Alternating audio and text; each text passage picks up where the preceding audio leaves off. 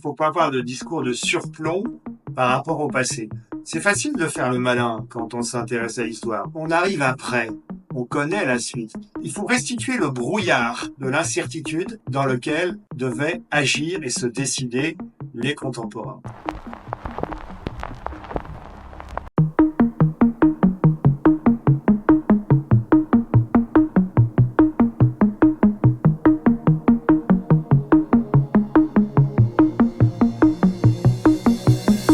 Je reçois cette semaine Guillaume Perrault à l'occasion de la sortie de son livre « Voyage dans l'histoire de France, 15 grands récits de Louis XIV à nos jours ». Passons tout de suite à notre échange. Alors, vous êtes rédacteur en chef au Figaro, vous êtes chargé notamment de l'histoire, c'est le sujet qui nous réunit aujourd'hui. Vous êtes également maître de conférence à Sciences Po et vous animez aussi pas mal d'émissions, notamment Parlez-moi d'histoire sur Figaro TV. Mais aussi le podcast hebdomadaire qui s'appelle Le Moment d'Histoire. Donc j'invite évidemment les auditeurs à aller jeter une oreille sur ce podcast. On y apprend plein de choses, c'est dans la lignée finalement du livre qu'on va évoquer aujourd'hui. Et puis vous êtes aussi auteur de plusieurs ouvrages et vous intervenez régulièrement dans les médias audiovisuels. Moi j'ai pas mal de questions sur ce livre. Et la première qui m'est venue, c'est juste en le recevant justement, c'est cette couverture. Donc, je le mettrai en incrustation là dans le montage pour que les spectateurs le voient bien. Donc, c'est un drapeau de France, un drapeau français d'ailleurs, avec fleur de lys. Voilà, pourquoi avoir fait ce choix de couverture? C'est toujours un grand moment de choisir la couverture de son livre. Oui, c'était une idée de mon éditeur, Benoît Hiver, le directeur général des éditions Perrin, et cette idée m'a paru excellente. C'était pour insister sur l'approche qui est la nôtre, qui est la mienne, c'est-à-dire la longue durée, replacer les problèmes contemporains dans la longue durée, ne pas avoir à l'esprit que l'histoire de France ne commence pas avec la Troisième République ou même simplement avec la Révolution française, même si c'est évidemment une étape cruciale de notre histoire, et, euh, et savoir que pendant des siècles, le passé a été perçu comme lié au présent. Il y avait un sentiment de continuité entre le passé et le présent. Le passé était censé contenir les clés de l'avenir et on était de plein pied avec le passé qui nous précédait. On se vivait comme le maillon d'une chaîne. Et pendant très longtemps, ça a été le sentiment des générations à l'égard du passé de leur pays. Et c'est ce que j'ai voulu signifier c'est ce que nous avons voulu signifier par cette couverture. Justement, vous évoquiez finalement le temps long et vous commencez ce livre avec Louis XIV. Pourquoi avoir commencé par Louis XIV? Il y avait d'autres choix possibles. On aurait pu partir de Philippe le Bel ou Hugues Capet, pourquoi pas? Pourquoi ce choix? Alors, d'abord, on avait le souci qu'il n'y ait pas de trou dans la chronologie, si j'ose dire. C'est-à-dire de partir d'un moment où, en allant de la première période considérée jusqu'à aujourd'hui, on puisse avoir un grand récit pour illustrer chaque grande période. Et donc, Louis XIV nous a paru un bon point de départ parce que tout le monde le connaît, évidemment. C'est un des rois de France les plus connus, même à l'étranger, c'est dans le monde entier. C'est un des symboles de la France. Et aussi parce que l'approche choisie est originale. C'est la vie de Louis XIV à travers les maladies qu'il a endurées. Parce que c'est un homme qui a souffert toute sa vie de toutes sortes de maladies, de toutes sortes de pathologies. C'est absolument incroyable ce qu'il a vécu, de la variole à la fièvre typhoïde, en passant par le diabète, une fistule anale. Finalement, il est mort de la gangrène. Et tout ça, il l'a affronté avec courage et sans le cacher, sans le cacher. C'est-à-dire que il était parfaitement assumé que le corps du roi souffrait. Simplement, c'était l'occasion pour lui d'une parade de majesté, d'une manifestation de sa volonté de dépasser ses maux physiques. Et c'est cette approche-là qui m'a paru intéressante. Alors, c'est d'ailleurs c'est intéressant parce que finalement, vous faites un peu le lien, j'ai l'impression, aussi avec sa politique extérieure. Et en fonction de son état de forme, on va dire que sa politique varie. Est-ce que j'ai bien compris ce passage-là? Alors, c'est une thèse de Michelet, le grand historien du Ouais. 19e siècle, et immense écrivain, qui était passionné par le corps, par la physiologie. Michelet considérait que le corps il y avait une vérité du corps, et l'interprétation qu'il donne que je relate sans nécessairement la reprendre à mon compte, c'est que l'état de santé de Louis XIV effectivement influençait très directement sa politique. Donc Michelet dit voilà les années relativement belles du règne, c'est-à-dire en gros les 10 premières années du règne personnel de Louis XIV, 1661 jusqu'au début de la guerre de Hollande en 1672. En effet, ça correspond à un Louis XIV qui est plutôt en bonne santé et puis ça va se dégradant. Et Michelet, qui est aussi un artiste, n'a pas résisté au plaisir de dire, vous voyez, c'est pas seulement une coïncidence entre la dégradation de l'état de santé de Louis XIV et le durcissement de sa politique, c'est, affirme Michelet, une corrélation. Et c'est ce qu'il s'efforce de démontrer. Alors qu'on adhère ou non à cette analyse, il m'a paru intéressant de la raconter. Moi, ce qui m'a intéressé, c'est justement de revenir sur ces épisodes qu'on connaît tous un peu, et finalement qui dans votre livre, comment dire? Finalement, va un peu à l'encontre des images d'Épinal qu'on a quelquefois dans la tête. Bah, notamment, on va revenir sur ces épisodes-là, mais il y a la Révolution française, voilà, les guerres de Vendée. Je trouve que c'est un passage très intéressant dans le livre, parce voilà, en plus, il est décrit de telle manière qu'on vit quasiment quelquefois les malheurs des Vendéens de l'époque. Et Merci. je trouve ça vraiment, vraiment prenant. Voilà, je me suis noté quelques témoignages d'époque qui étaient vraiment très prenants. Euh, Quelles sont les causes justement donc on passe à la Révolution française, hein, ces suites, mais quelles sont les causes de cette guerre de Vendée? Et puis surtout, pourquoi elle a marqué notre histoire? On en parle encore aujourd'hui, évidemment. Alors, les guerres de Vendée, qui ne sont qu'un des chapitres, évidemment, de la Mm. Révolution française, qui est un événement immense qui dure 10 ans. Et les guerres de Vendée, c'est un chapitre, un aspect. Mm. En fait, c'est les guerres de Vendée. Et il faut bien les distinguer de ce qu'on appelait les colonnes infernales de Turot. Les guerres de Vendée, c'est-à-dire l'insurrection vendéenne qui embrase un territoire bien plus grand que le département actuel de la Vendée. Ce qu'on a appelé à l'époque la Vendée militaire, c'est toute la région de l'Anjou, c'est à cheval sur plusieurs départements actuels, c'est beaucoup plus large. Par exemple, ça comprend Cholet, par exemple. Eh bien, schématiquement, il y a plusieurs causes. Il y a le refus de la conscription militaire que la Convention impose parce que la Révolution est en guerre contre toute l'Europe à ce moment-là et les paysans de la région ne veulent pas les faire tuer aux frontières pour un pouvoir qui leur paraît pas nécessairement légitime. Ça, c'est la première cause. Et pourquoi ne leur paraît-il pas légitime? Parce qu'il y a un conflit social ici derrière il y a un antagonisme très puissant dans la région entre la paysannerie et les bénéficiaires immédiats de la Révolution, qui sont les acquéreurs de biens nationaux et que schématiquement, on peut qualifier de bourgeoisie locale. Et donc, il y a une configuration explosive, avec une part de mystère encore, c'est que ce que je vous décris, on le retrouve dans d'autres régions qui ne se sont pas embrasées, qui n'ont pas pris les armes. Alors pourquoi là et pas ailleurs? Plusieurs hypothèses ont été avancées, notamment par François Furet. D'abord, peut-être l'influence d'ordres religieux qui ont mené une prédication au plus près des populations au XVIIIe siècle, qui fait qu'il y aurait un sentiment religieux catholique beaucoup plus ardent, beaucoup plus vif dans cette région que dans d'autres. C'est une hypothèse. Et l'autre hypothèse, c'est que il y avait des hobereaux, c'est-à-dire des petits nobles, qui vivaient au milieu de leurs paysans et qui avaient une expérience militaire. Ces gens-là, on est allé les chercher, parce qu'ils étaient perçus encore comme des élites légitimes par la paysannerie qui les entourait, et ils ont été quasiment sommés de prendre la tête de l'insurrection paysanne. Il y avait aussi d'ailleurs des gens qui n'étaient pas du tout nobles parmi les chefs de l'insurrection.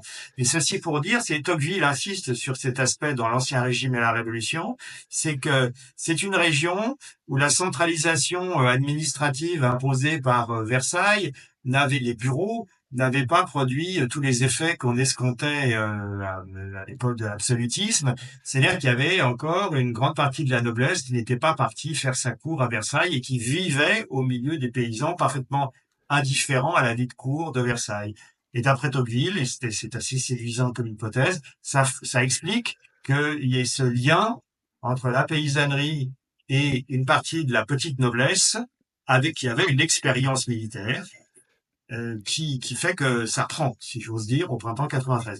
Bon, après, il y a toutes sortes d'épisodes, toutes sortes de violences qui sont souvent inséparables de ce type de guerre civile, parce que c'est une guerre civile. Mais ce qu'il faut bien dire, c'est que fin 93, au prix d'énormément de tueries, l'insurrection vendéenne n'existe plus. C'est-à-dire que la République a triomphé, elle reprend le contrôle de la région. Fin 93, il n'y a plus que quelques îlots de résistance, de guérilla, par exemple avec Charette, qui est le personnage le plus illustre parmi les insurgés. Mais c'est plus, on peut plus du tout appeler ça ça menace en plus en rien le pouvoir de la Convention, qui a lui un discours tout à fait enflammé, par exemple Barrère, à la tribune de la Convention, qui est un homme de la plaine, ce qu'on appelle le Marais, c'est-à-dire très schématiquement le centre de l'époque, et qui fait le lien entre ces gens du centre et les montagnards. Eh bien, Barrère avait dit qu'il fallait détruire la Vendée. C'est un décret de la Convention qui s'est adopté à ce sujet.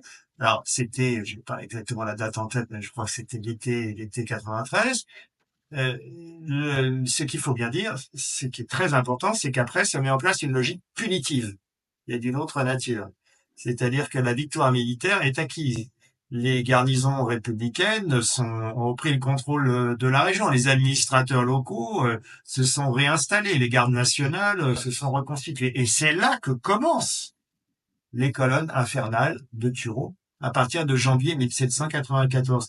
Donc, si on peut être rigoureux, il ne faut pas appeler ça cet épisode qui commence en janvier 1794 et qui est une entreprise qu'on est en droit d'appeler d'extermination, eh bien, des populations locales, eh bien, ce n'est pas les guerres de Vendée parce qu'elles sont terminées. C'est une logique punitive. Il s'agit de purger, selon l'expression, selon la rhétorique des révolutionnaires eux-mêmes, de purger la Vendée de brigands irrécupérables. Voilà, ça c'est le vocabulaire, et encore il y a des expressions bien plus violentes qui sont employées à l'époque. Et après, il y a un grand débat sur les responsabilités. En fait, le débat entre historiens porte sur les responsabilités. Et le plus plausible, c'est la thèse que je défends, mais je m'appuie sur des historiens universitaires de métier, j'ai pas sorti ça de mon chapeau, tout seul, c'est qu'il y a eu un pacte d'irresponsabilité entre la Convention et Turot, qui est le général, qui a avant tout peur pour sa tête, parce qu'il a peur d'être guillotiné, si jamais il est perçu comme trop modéré, comme tiède, parce qu'être accusé de modérantisme pendant ces années de terreur où la guillotine fonctionne à plein régime, c'est prendre un risque pour sa vie. Eh bien, il y a un pacte d'irresponsabilité, c'est-à-dire que la Convention ne dit jamais par écrit, le comité de salut public, il n'y a pas de trace écrite d'approbation explicite de la liquidation physique des femmes et des enfants, en particulier, mais c'est ce que fait Turot. Il informe le comité de salut public. Il ne cesse d'écrire au comité de salut public. Il le tient au courant de tout ce qu'il fait parce qu'il veut être couvert. Turot, c'est un homme qui a peur. Il veut sauver sa tête. C'est pas du tout un idéologue. Il veut, et donc, si on lui avait dit arrêtez tout, il arrêtait tout le lendemain. Il veut exécuter les ordres et être couvert. C'est tout ce qui l'intéresse dans ces termes. Il y a des échanges épistolaires quasiment, mais en tout cas il y a des lettres qui sont échangées où lui justement il en appelle au pouvoir pour qu'on lui donne on valide sa stratégie entre guillemets et ça reste longtemps lettre morte.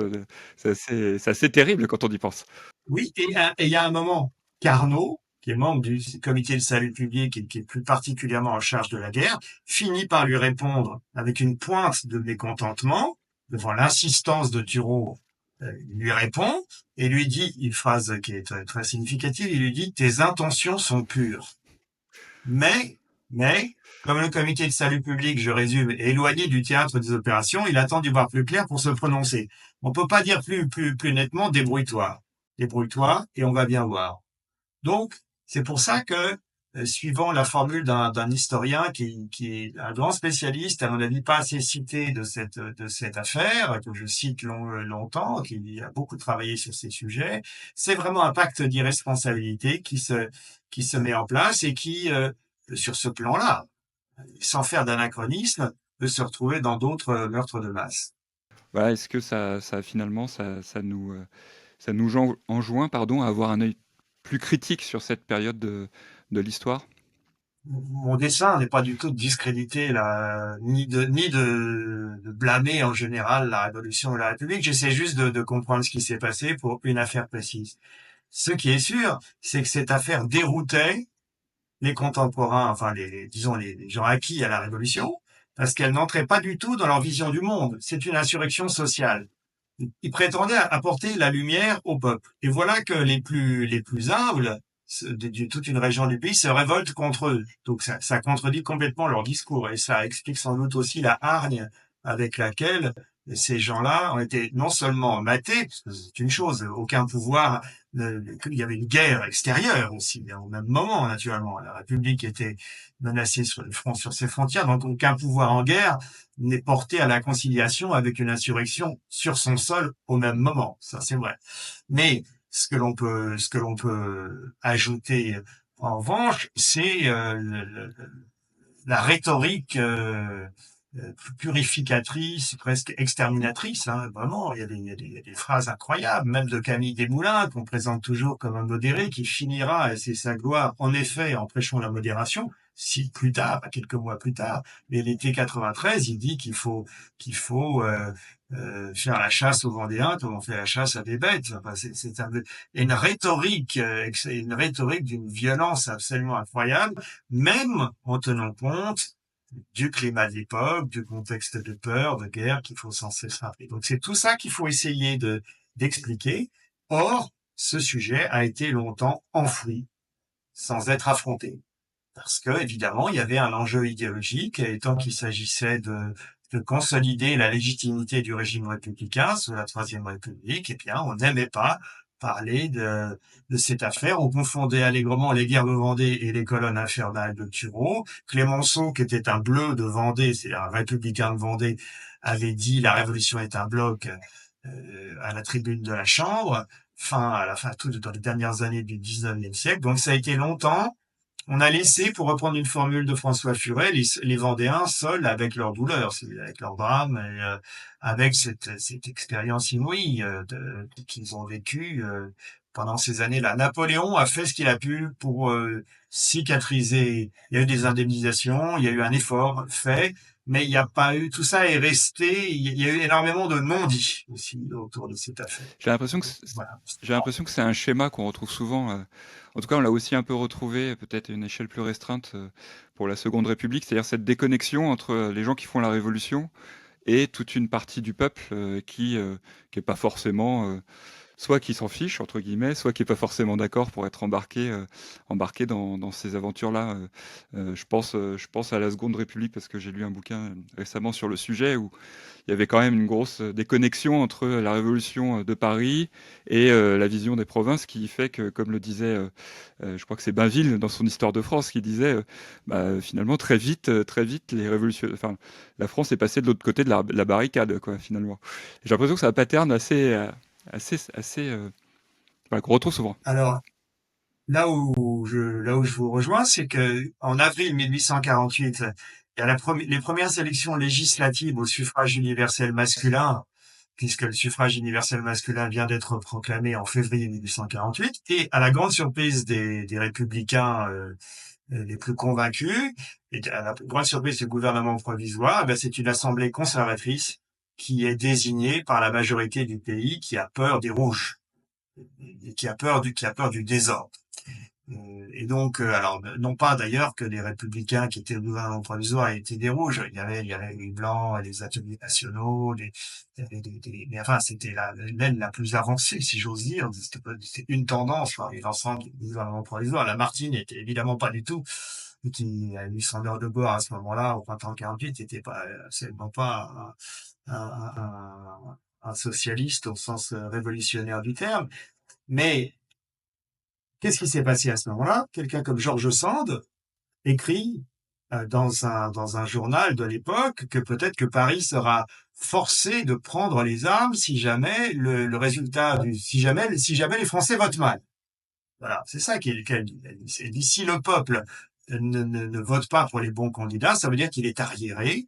Il est arriéré parce qu'il n'a pas été éduqué, parce qu'il est sous la tutelle des nobles locaux, des notables ou des prêtres, et donc il faudra, il faudra que les Parisiens, eux éclairés, seraient légitimes à prendre les armes si jamais le résultat du scrutin ne vérifie pas leurs espoirs. C'est à peu près ce qu'elle écrit au printemps 1848.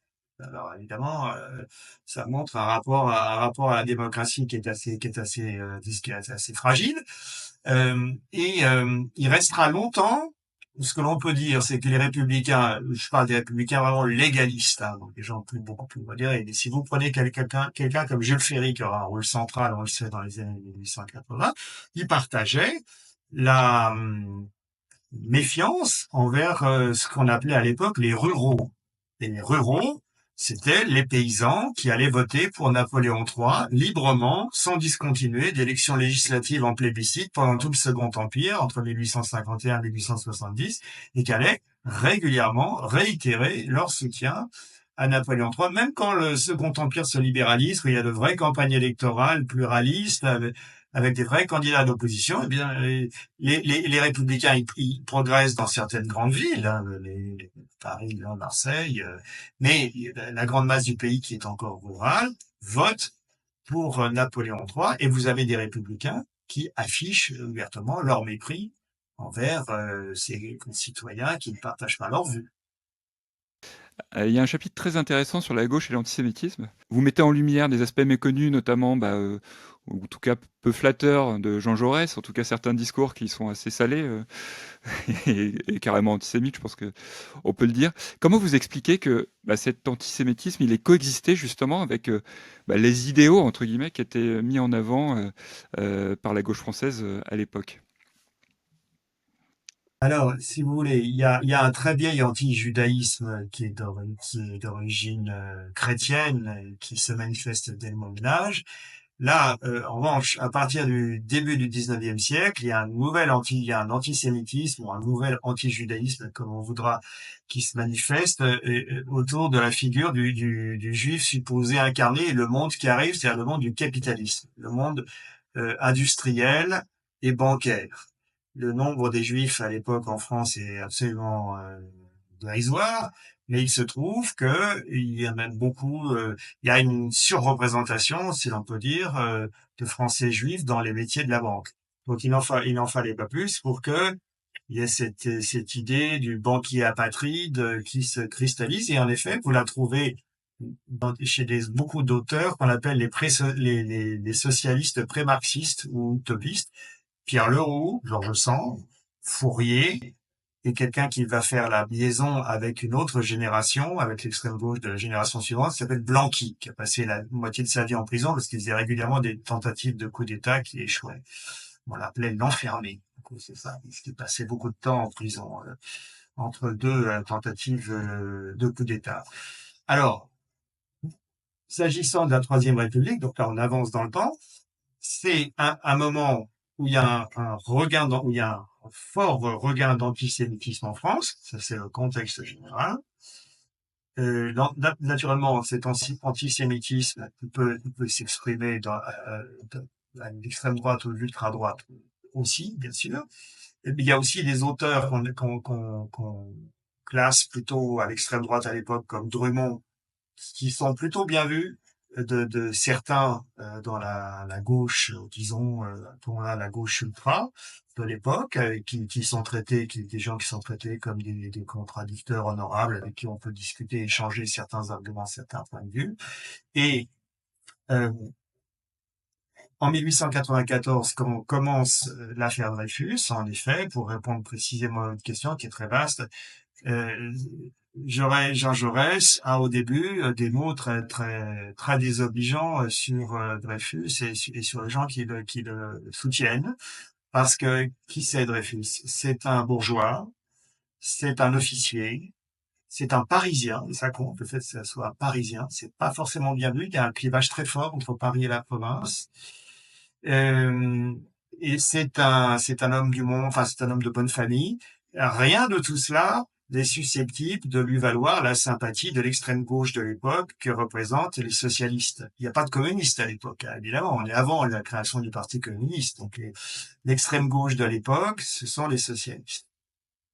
Et donc, on est tout très surpris, j'ai été moi-même très surpris, de voir sous la plume de Jaurès, en particulier dans un journal qui s'appelle La Petite République, dans lequel il écrit régulièrement, des phrases d'une extrême violence à l'égard des Juifs et aussi des attaques violente envers le Figaro, parce que le Figaro, figurez-vous, à l'époque, était le seul grand journal qui soutenait Dreyfus dans les années, en particulier l'année 1897, et qui avait ouvert ses colonnes à Zola. Et les premiers grands textes dreyfusards de Zola, ils sont accueillis dans le Figaro, ce qui était assez courageux de la part du Figaro, parce qu'il prenait à rebrousse-poil une partie de son propre lectorat.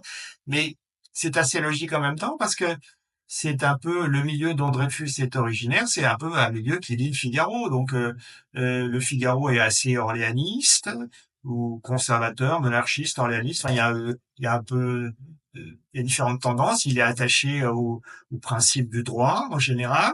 Et en 1897, il ouvre donc ses colonnes à ce défenseur précoce de Dreyfus, qui est Zola. On pourrait penser que Jaurès va s'en féliciter. Pas du tout, pas du tout. Il a un article où il dit je ne conteste pas l'existence d'un syndicat juif, je mets cette expression entre guillemets, c'est lui qui l'emploie, c'est un poncif antisémite de l'époque, c'était une croyance selon laquelle la presse était achetée. Alors c'est vrai qu'il y avait une vénalité de la presse à l'époque, mais il y a l'idée qu'en gros, il y a une espèce de groupe de pression juive qui achète les journalistes, et Jaurès dit, c'est pour ça que le Figaro défend Dreyfus. Et il dit même, je mets au défi qu'on m'explique autrement le soutien que le Figaro apporte à Dreyfus. Donc il accrédite le poncif antisémite du syndicat juif, et il prête aux journalistes du Figaro qui défendent Dreyfus des arrière-pensées déshonorantes. Et des mobiles déshonorants, puisqu'il dit ils sont achetés. Pas un instant, visiblement, il ne vient lui à l'esprit que s'ils font ça, c'est peut-être parce qu'ils trouvent qu'il est innocent. Bon, ça, c'est pas mis en avant. Et donc, je ne peux en rien diminuer le mérite ultérieur de Jean Jaurès, qui est très, très réel, dans l'affaire Dreyfus. Je dis simplement que sa conversion, si j'ose dire, au dreyfusisme, elle date de l'année 1898, elle a été progressive, elle a été par étapes, elle a été prudente au début.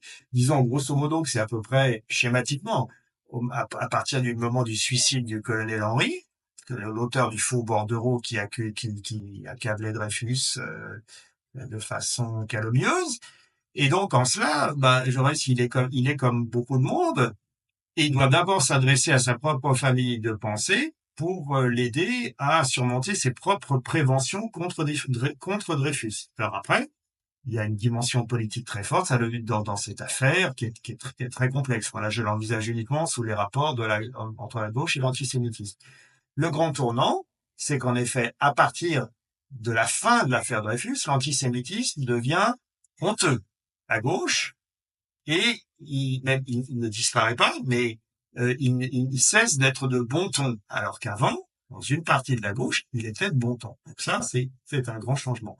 Après, ça n'empêche pas que si on passe à une autre période, dans l'entre-deux-guerres, et qu'on considère le Parti communiste français dans ses rapports avec Léon Blum en particulier, il y a eu aussi des traces d'antisémitisme dans l'humanité qui paraissent incontestables.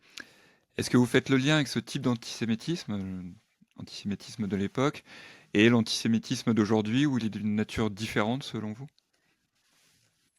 C'est difficile de répondre à votre question en quelques mots parce qu'elle est très complexe et passionnelle à la fois. J'essaie de rester le plus rigoureux possible. Les historiens n'aiment pas trop les comparaisons historiques parce qu'ils considèrent que chaque situation est singulière et que les analogies peuvent être abusives et peuvent égarer. En revanche, ce qui me paraît certain, c'est qu'il y a eu une coupure, si vous voulez, entre 45 et 67. La honte de la Shoah fait qu'à partir de 45, fait que l'expression d'idées antisémites, en France en général d'ailleurs, est devenue honteuse. Ce qui n'était pas le cas avant. Il y en avait dans l'entre-deux-guerres, il y avait des gens qui se disaient ouvertement antisémites, qui le disaient très naturellement, et tout ça, ouvertement. Ça a disparu complètement à partir de 1945.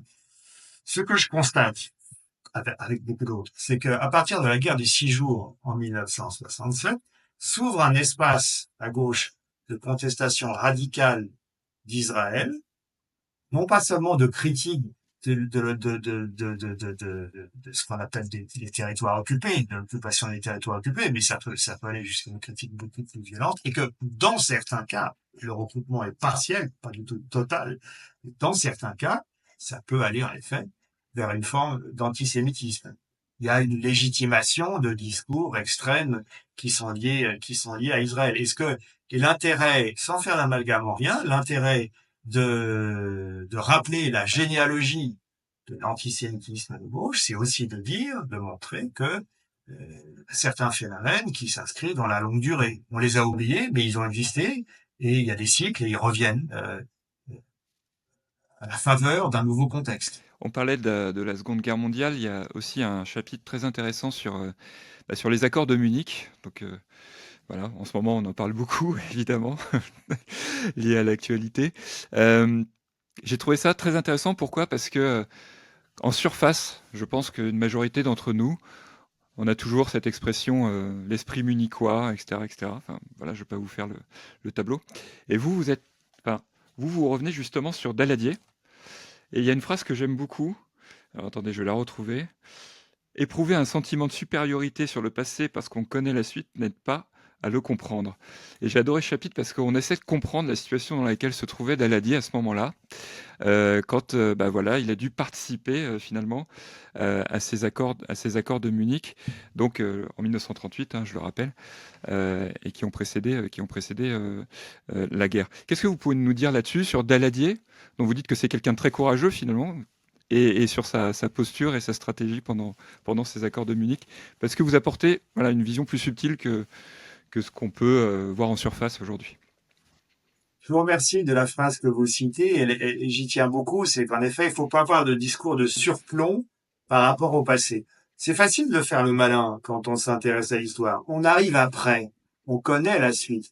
Mais nous, peut-être qu'on aura l'air d'imbéciles finis, euh, parce qu'on a le nez sur des événements en train de se produire, qu'on les analyse mal, et que les gens qui vivront dans un siècle nous prendront pour des crétins. Donc c'est possible. Il faut restituer le brouillard de l'incertitude dans lequel devaient agir et se décider les contemporains. Ça, je crois que c'est une règle fondamentale quand on s'intéresse à l'histoire. Daladier, je dirais que c'est quelqu'un de respectable et d'assez courageux, d'authentiquement patriote. C'est un radical socialiste qui est un homme politique chevronné.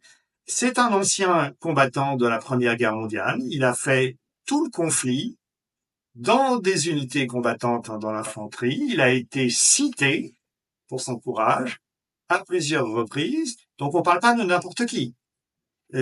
Son rapport à la guerre, il l'a faite. Il sait ce que ça veut dire. C'est pas des grandes phrases qu'il fait pour se faire applaudir dans des plateaux de télévision. Il sait ce que ça veut dire. Donc ça, c'est la première chose. Et ensuite, il est l'émanation d'un pays traumatisé par 14-18. Il y a 1,4 million morts. Aucun Français ne veut remettre ça. Il y a un pacifisme extrêmement puissant. Alors, Munich, c'est en quelques mots, c'est une affaire très compliquée. D'abord, il y a l'isolement français. C'est-à-dire que le Royaume-Uni joue cavalier seul et joue la conciliation à tout prix avec Hitler. À ce moment-là, Neville Chamberlain est Premier ministre, mais la grande majorité, à part Churchill, des élites britanniques sont germanophiles et favorables à une entente avec le Reich, dont ils considèrent il a été peut-être en effet maltraité par le traité de Versailles. Ils en veulent un peu aux Français de s'être retrouvés impliqués dans la Première Guerre mondiale, les Anglais pour certains d'entre eux. Il n'y a aucun sentiment de solidarité sincère avec la France. Il y a un calcul coût-avantage très froid des élites britanniques, puis sont inquiets de la perspective d'un conflit en Asie avec le Japon, qui pourrait menacer Singapour et Hong Kong. À leurs yeux, ça a une autre importance sur les possessions britanniques à l'époque, et pour eux, ça a beaucoup plus d'importance que le destin des Sudètes. Ce qui se passe la sécurité du canal de Suez aussi, qui pourrait être menacée par les Italiens s'il y avait un embrasement général. Voilà, le monde vu de Londres, c'est ça. Et là-dedans, les Sudètes, ça compte pas grand-chose. La Tchécoslovaquie est un État qui a été porté sur les fonds baptismaux par la France après le traité de Versailles, lors du traité de Versailles, et un peu par Wilson, et donc les Américains pendant la brève période où ils se sont impliqués dans les affaires du vieux continent. Et donc, Vous avez un pays qui n'est pas prêt à un conflit, qui n'est pas prêt à une guerre avec l'Allemagne, qui est divisé, qui a une aviation dans un état exécrable. On a les minutes de réunions de conseil de guerre, enfin de conseil de la défense nationale, où le général Villemain, de mémoire, qui commande l'aviation, explique froidement qu'en cas de guerre avec l'Allemagne, l'aviation française serait détruite en 2 semaines. Il dit ça textuellement. Quand vous êtes président du conseil et que vous avez le chef de l'armée de l'air qui vous dit ça, qu'est-ce que vous voulez faire? Vous en tenez compte. Vous en tenez compte. Est-ce que on peut en vouloir? Alors, il y a des gens qui aujourd'hui vous disent, il aurait fallu faire ci, il aurait fallu faire ça, l'Allemagne n'était pas prête, c'était le bon moment pour attaquer. J'admire ces stratèges en chambre qui, 70 ans après, refont l'histoire. Moi, je n'ai pas cette ambition. Je suis plus prudent. Je compatis avec le drame des Tchèques. C'est honteux, c'est sûr, au plan moral, ce qui s'est passé. C'est un lâchage complet. Je dis simplement que c'était un pays qui comptait, la France de l'époque, plus de cercueils que de berceaux. Il y avait une dénatalité énorme. C'est un pays d'enfants uniques à l'époque. Il y a une incertitude, il y a une peur de la guerre qui tenaille toute la classe politique. À l'époque, en tout cas des premières années 33-35, les socialistes ne votent pas les crédits de guerre. Il faut voir ça. Ils refusent toute idée de guerre préventive. L'idée par exemple, de réoccuper la rive gauche du Rhin en 35 pour s'opposer à la remilitarisation de la Rhénanie. Et en 36, par exemple, début 36, est quelque chose qui révulse complètement à gauche. On pense que c'est du bellicisme. Et on se méfie du jeu des alliances qui a entraîné le conflit, dit-on, en 14-18, et dont on craint que mécaniquement, il entraîne de nouveau la France dans une conflagration générale. Alors, dernier élément, Daladier essaie de sauver ce qui peut l'être, c'est-à-dire qu'il y a des éléments des fortifications militaires tchèques, il va essayer de les sauver du griffe d'Hitler en les laissant, en négociant, en faisant négocier par un comité d'ambassadeurs la délimitation de la nouvelle frontière. Mussolini, très curieusement, prend son rôle de médiateur tout à fait au sérieux et est plutôt du côté des Français et des Anglais améniques, parce qu'il ne veut pas apparaître à ce moment-là comme le valet d'Hitler. Il pense à son opinion publique et à son amour-propre personnel. Maurizio Serra, un diplomate italien et historien, a écrit un magnifique livre uniquement sur les accords de Munich. Et donc c'est une situation très très complexe. Et je crois qu'il faut pas oublier aussi les manifestations de joie délirantes qui ont accueilli Daladier à son retour de Munich, et qui était exactement l'équivalent des manifestations de joie délirantes qui ont accueilli Chamberlain à Londres. Alors, encore une fois, évidemment, nous savons que c'était une illusion. Daladier, qu'est-ce qu'il voulait faire? Il voulait gagner un répit pour mettre la France en ordre de bataille et préparer la conflagration qu'il pensait probable et qu'il voyait arriver. C'est ce qu'il dit à mi-mot dans son discours à la Chambre des députés, qui lui vaut d'ailleurs une approbation massive, hein, une approbation massive. Et il a eu, on l'a oublié, mais dans les mois qui ont suivi, Daladier a été populaire, vraiment populaire. Il a incarné quelque chose, une espèce de tentative de redressement de la République française, qui recourait aux décrets-lois. La Chambre l'autorise à adopter des décrets-lois dans tous les domaines pour préparer le pays. Alors ça n'a pas suffi à éviter la débâcle d'abord l'entrée en guerre en septembre 39, le dépeçage de l'occupation de Prague au printemps 39, puis la guerre elle-même, Deuxième Guerre mondiale à partir de septembre 39. Mais si on veut bien se placer au moment où nous étions, il ne faut pas adopter un discours de justicier. Il faut essayer de comprendre ce qui s'est passé, comme toujours en histoire, en restituant la complexité d'une situation et le caractère tragique de l'alternative devant laquelle Daladier se trouvait placé. Il y a un personnage qui finit le livre, en tout cas il est l'objet du dernier chapitre, et que moi j'aime beaucoup, c'est Raymond Aron. Pourquoi avoir choisi Raymond Aron pour ce dernier chapitre? Oui, je cherchais pour le dernier chapitre quelqu'un qui pouvait être pas vraiment un modèle ou un exemple, mais un motif d'espoir qui pouvait indiquer un chemin pour aujourd'hui et demain, et sortir uniquement du passé.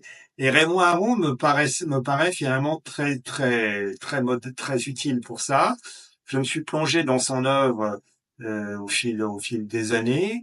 Il n'a pas du tout, et je pense que c'est quelqu'un qui a été simplifié par la présentation qu'on en fait aujourd'hui. On en fait une présentation consensuelle, comme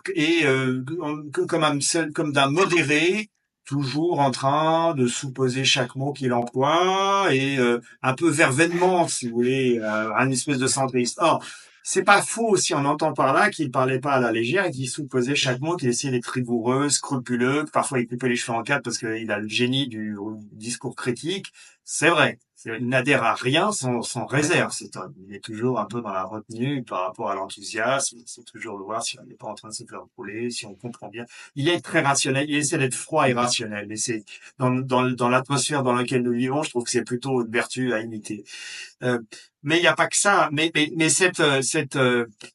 C'est aussi quelqu'un qui peut dire des choses assez dures sur le fond, très fermes. Simplement, c'est atténué par la langue française qui est très belle et qu'il emploie, par son statut d'université de grand professeur qui fait qu'on accepte plus volontiers sans doute, de quelqu'un qui avait ce statut, certaines vérités un peu rudes qu'on refuserait de la part d'un autre interlocuteur. Et c'est aussi un Français de son temps qui est tout à fait patriote. Pour lui, ça veut vraiment dire quelque chose, encore. Et c'est un libéral au sens classique du terme. C'est-à-dire, pour lui, le libéralisme, ça consiste pas à baisser les impôts et lutter contre les monopoles. C'est pas ça pour lui être libéral. C'est une exigence beaucoup plus profonde. Il défend le libéralisme politique et ses principes. Le libéralisme économique et ses principes aussi, mais il défend aussi l'État-nation, ses prérogatives. En fait, c'est un classique en termes de philosophie politique. Ses grands maîtres, en particulier. Tocqueville, non? Euh, alors, il y a Tocqueville parmi les gens dont il se réclame. Il y a un Américain qui est aussi connu des spécialistes, c'est Leo Strauss, qui a eu une importance très nette pour lui. Et cet homme qui intervient dans tous les domaines, ce qui me frappe surtout, ce à quoi je suis sensible, c'est tout simplement l'honnêteté. Voilà. Il ne cherche jamais à faire le malin. Il ne cherche jamais à ménager son interlocuteur. Il veut pas non plus le brutaliser. Simplement, il dit ce qu'il a à dire de la façon la plus rigoureuse possible. Et après, même si ça heurte l'interlocuteur, il change pas une virgule. Ça, je trouve ça assez admirable. Et il a Pour illustrer ce que vous comment dites dans votre chapitre, enfin dans le chapitre que vous avez écrit, pardon, là il y a des passages sur quand il était en Allemagne, je crois, il lui arrivait de discuter avec des étudiants qui étaient proches des idées nationales socialistes et de bien s'entendre avec eux. Enfin, il y a une espèce d'honnêteté effectivement qui peut choquer, mais qui correspond finalement à la vie telle qu'on peut la vivre tous les jours. On n'est pas forcément voilà. toujours. Oui. Alors, il faut absolument. Il raconte un souvenir de jeunesse. Il était jeune professeur au début des années 30. Il était, je crois, à Heidelberg, dans une cité universitaire en Allemagne, à l'époque de la République de Weimar. Et il raconte qu'il avait parmi les étudiants allemands qui côtoyaient, non pas des gens qui étaient nazis, mais enfin des gens qui, dit-il, étaient proches de ces idées-là. Et il dit, bah, c'était pas des monstres. On pouvait, d'une certaine façon, même comprendre le drame que vivait la jeunesse allemande, dit-il. Hein, je ne fais que citer Raymond Aron dans ses mémoires. Et ce qui est remarquable, c'est qu'il écrit ça au début des années 80. Il écrit ça un demi-siècle plus tard, après tout ce qui s'est passé, et il cherche à restituer avec beaucoup d'honnêteté son sentiment de l'époque.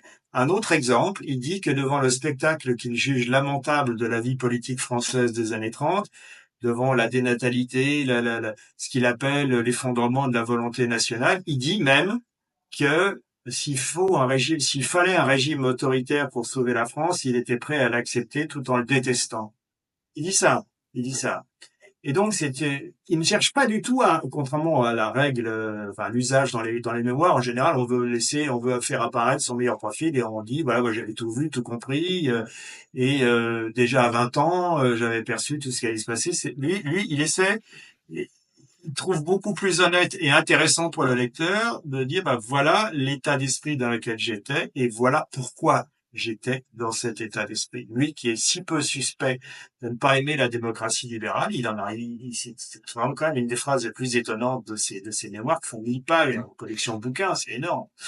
Et il dit qu'en effet, il était tellement désolé devant la déliquescence de la France, la déliquescence politique de la France des années 30, que face au péril extérieur, il était prêt, tout en maudissant un régime autoritaire, à y consentir si c'était le prix à payer pour sauver le pays. Voilà ce qu'il dit, à peu près. Voilà, quasiment Il textuel. a toujours eu des rapports un peu conflictuels. Enfin, je, vu que l'expression est très modérée chez, chez Aaron, on hésite à utiliser ce mot-là. Mais voilà, j'ai retrouvé une citation de De Gaulle qui dit Aaron, enfin c'est vous qui l'avez retrouvé d'ailleurs, Aaron, professeur au Figaro et journaliste au Collège de France. Donc il y a toujours, voilà, il y a pas mal d'humour aussi dans le livre aussi. Les deux avaient des rapports complexes parce que Aaron avait choisi la France libre en 1940, mais il n'était pas gaulliste au sens le plus orthodoxe du terme. Il a, il a, il a commis un article qu'il a jugé lui-même excessif après, qui s'appelait L'ombre des Mmh. Bonaparte, où il craignait que De Gaulle ne soit pas un vrai démocrate. Ça, c'était pendant la guerre, quand il était à Londres. Et ensuite, alors il y a eu une période où ils se sont rapprochés, c'est pendant la guerre froide, sous la quatrième République, parce que là, Aaron adhère au RPF, le Rassemblement du peuple français de Gaulle, par anticommunisme, par défense de la démocratie libérale. Mais son tombe, ça ne lui laisse pas d'excellents souvenirs, parce qu'il n'était pas fait pour avoir un engagement partisan. Et son génie propre, c'était celui de la distance critique, du regard vraiment du penseur. Et il va ensuite euh, être disons, le roi du soutien, avec beaucoup de conditions et de réserves dans telle ou telle situation. Et la phrase ironique de Gaulle que vous évoquez, c'est-à-dire professeur au Figaro et journaliste au Collège de France, fait allusion bien sûr à la double casquette de Raymond Aron, universitaire qui a été élu au Collège de France, c'était dans les années 60, mais qui était aussi un éditorialiste très longtemps au Figaro. Il le sera jusqu'en 1977, puis après il ira à l'Express, puisqu'il se fâchera avec les nouvel actionnaire du Figaro à cette époque-là, qui s'appelait Robert Hersant.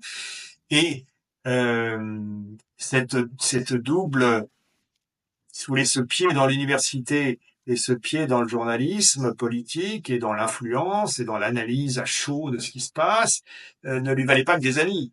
Parce que pour beaucoup d'universitaires, d'abord, il faut bien voir qu'on parle de quelqu'un qui aujourd'hui est très consensuel, mais qui a été honni dans les années 50. Il était honni, et Pierre Nora l'a confirmé maintes fois, 50 et même 60, il était honni par la gauche, par la majorité de la gauche française, parce qu'on disait qu'il était atlantiste. C'était pro-américain à l'époque de la guerre froide. Et ça, c'était le mal absolu à l'époque pour beaucoup de gens. Même le citer était quelque chose de compromettant pour beaucoup à gauche. Ça fait sourire aujourd'hui. Mais il faut bien voir que quand il sort L'opium des intellectuels, c'est un livre de combat qui est extrêmement mal reçu par Saint-Germain-des-Prés. Ce n'est qu'après, sur le tard, les dernières années de sa vie, quand l'ambiance se modifiera un peu devant l'évidence, le caractère irrécusable du goulag, du totalitarisme soviétique, et grâce au témoignage de Solzhenitsyn, qu'on dira que, bah oui, peut-être qu'en effet, il avait raison, lui, et non pas Sartre. Enfin, sur le tard, on le dira. Et parfois même, on se vantera d'avoir été lucide tardivement, sans saluer les plus fidèles disciples de Aaron, qui eux ne s'étaient jamais trompés et l'avait toujours suivi. Donc les hommages qu'il a reçus à la toute fin de sa vie, les grands entretiens testamentaires qu'il a fait à la télévision, n'étaient sans doute pas exempts d'un peu d'amertume pour lui, parce que il était tout d'un coup salué par des gens qu'il avait conspués 20 ans plus tôt et qui paraissaient tout d'un coup amnésiques. D'ailleurs, je permets de conseiller ce livre, Le spectateur engagé, voilà, qui permet aussi d'en connaître un peu plus sur Raymond Aron. Euh, Vous écrivez que l'attachement pour l'histoire marque chez les Français le refus de devenir des voyageurs sans bagages. J'ai beaucoup aimé cette expression. Qu'est-ce que vous souhaitez que vos lecteurs emportent avec eux après avoir lu votre livre, donc Le voyage dans l'histoire de France? Si vous voulez, moi je suis né en 72 et je suis la dernière génération de Français qui avait le sentiment d'être copropriétaire de l'histoire de France. à l'école communale, l'histoire de France telle qu'on me l'a apprise. Il y avait des frises chronologiques au mur, il y avait des cahiers de documentation des éditions Arnaud, c'était des vignettes rouges qu'on collait. Pour moi, les taxis de la Marne ou le serment du jeu de paume, c'était d'abord des vignettes qu'on collait pour illustrer les cahiers de classe pendant les 10 ans. On se sentait copropriétaire d'un patrimoine et on pouvait se repérer dans le temps. Ça, c'est très important. Grâce aux frises chronologiques, grâce à tout un environnement culturel qui était encore le nôtre au début des années 80, quand j'étais à la communale, dans une petite école de quartier du 11e arrondissement à Paris, autour de Charonne, eh bien, on se repérait dans 2000 ans d'histoire facilement.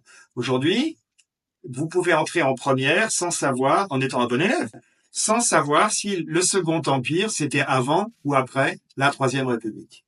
La chronologie, le sens de la durée, a quelque chose s'est effondré de façon dramatique. Quand je compare la façon dont j'ai appris l'histoire à celle qui est utilisée pour enseigner les jeunes nés en 2000, la différence me consterne. Je trouve que la façon dont on enseigne l'histoire a énormément régressé, que la mienne était bien plus profitable et que ça a été une grande chance pour moi et tous ceux qui en ont bénéficié. Alors, ce que je voudrais, on veut le plus cher pour ce livre, c'est d'abord d'avoir la conviction que j'ai restitué de la façon la plus honnête et la plus exacte possible des épisodes importants de notre passé, de n'avoir rien tu volontairement sous prétexte que ça heurterait mes convictions personnelles. C'est important quand on essaie de faire de l'histoire honnêtement, mais aussi d'avoir payé une dette envers nos devanciers, ceux qui ont vécu avant nous. Pour moi, ça veut encore dire quelque chose. Et puis d'avoir inspiré l'amour du passé, l'amour de cette histoire qui est la nôtre. Je pense qu'un peu d'histoire, quand on la connaît superficiellement, ça divise. Parce que ça donne des motifs de grief et d'amertume. Mais quand on la connaît en profondeur, quand on s'y plonge, quand on découvre sa complexité, sa richesse, ses nuances, quand on se rend compte que souvent les événements n'ont pas des causes idéologiques, mais des causes beaucoup plus Trivial. Ouais. concrètes, pratiques, eh bien, ça peut être un motif de réconciliation entre des gens qui, a priori, n'ont rien pour s'entendre, sont très différents. Ça peut réconcilier des gens. C'est une conviction que j'ai très profonde. Un peu d'histoire, une histoire superficiellement connue, divise à coup sûr et entretient le ressentiment, l'amertume et la dissension. Mais beaucoup d'histoires, une histoire vraiment connue en profondeur, peut être un motif de réconciliation, d'apaisement, et pourquoi pas, malgré ses ombres, aussi de fierté et d'estime de soi, d'estime collective. Or, nous avons besoin, les Français ont besoin, comme tout le monde, comme tous les pays, d'estime d'eux-mêmes, collectivement. Et si on veut que la nation continue son histoire, parce que c'est ça l'histoire de France, c'est censé être une histoire commune qui se poursuit, eh bien, il faut que cette estime de soi, raisonnable et tout à fait légitime, eh bien, elle perdure. Et j'espère y contribuer, modestement. C'est une conclusion dans la veine de Ernest Renan qui... Non, je dis une bêtise, vous faites la mot. Non, non, pas du tout, c'est juste flatteur, presque écrasant C'est un pour moi. plébiscite. En tout cas, Voyage dans l'histoire de France, voilà, c'est sorti le 20 janvier, donc c'est disponible dans toutes les bonnes librairies. Merci beaucoup en tout cas, Guillaume, ça me fait très plaisir de vous avoir reçu. Voilà, on a un peu navigué sur certains chapitres. Moi, ce qui m'intéressait, c'est de revenir sur les chapitres finalement où, comme vous le disiez, une connaissance en profondeur apporte vraiment quelque chose et une vision plus nuancée et quasiment à taille humaine, je dirais même, de l'histoire, et qui nous permet de mieux comprendre les événements. Donc merci beaucoup. Je crois que c'est une première pour vous de faire une interview en visio. Donc C'est voilà, vrai. donc je vais dire une phrase que peut-être vous allez entendre souvent si vous en faites d'autres. N'hésitez pas à vous abonner à la chaîne donc Morale de l'Histoire sur YouTube, évidemment, à lui mettre un bouton like et puis à commenter, évidemment. Le dialogue, c'est quand même la plus satisfaisante des interactions.